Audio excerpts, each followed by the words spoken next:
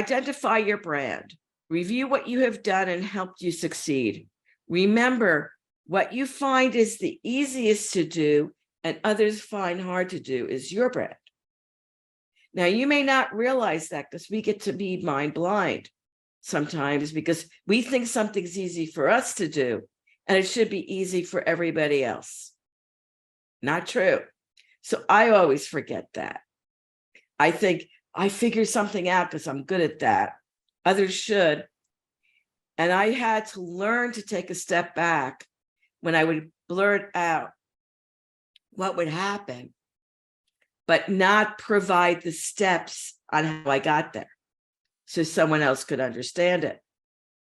I always found it easy to imagine new stuff, and I have a couple of patents and a lot of innovation awards from that. But I had to take that step back to explain how I got to those areas. Otherwise, people would not move on what my ideas are. So my big thing is looking at where things might go based on logic, but not explain that logic. Is my weakness, but my brand is being the person who leads that. And determine what you emphasize that's unique and positive about you to others. We don't need to concentrate on our weaknesses.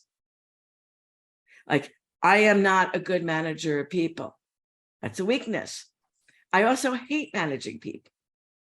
So I don't even want to do that.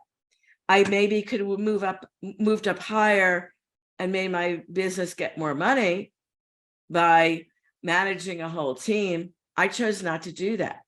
My unique skill was helping clients get the jobs that they want and being very passionate for my clients. But I didn't need to be managing a whole crew.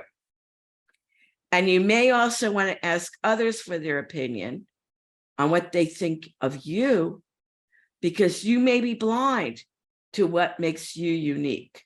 So you may want to ask others, what do you see that's really positive about me? Why am I unique? And it could be a really positive experience if you're open to getting real positive feedback. And you can use books to help you. There's a book called What Color is My Parachute? It was originally written by Richard Nelson Bowles. It's kind of like the oldie but goodie.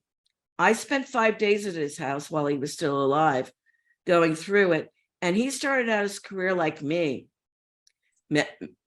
studying chemical engineering at MIT and discovered he hated it.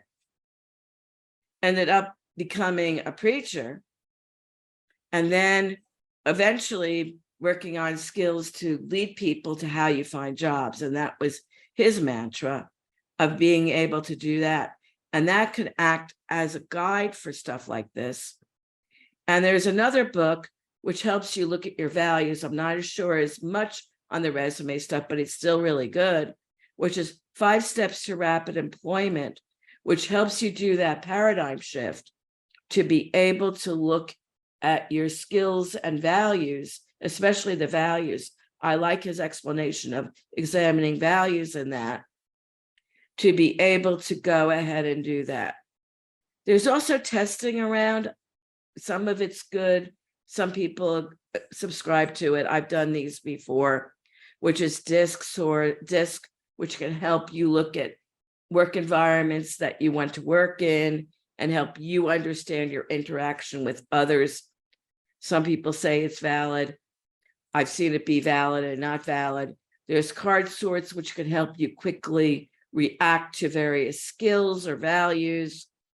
There's something called Strengths Finder, which can also help you. And there's a lot of other tools that are out there. These are ones that I've used.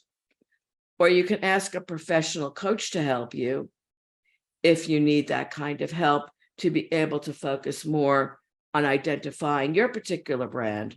But it's good to do this homework first before you start looking for the job.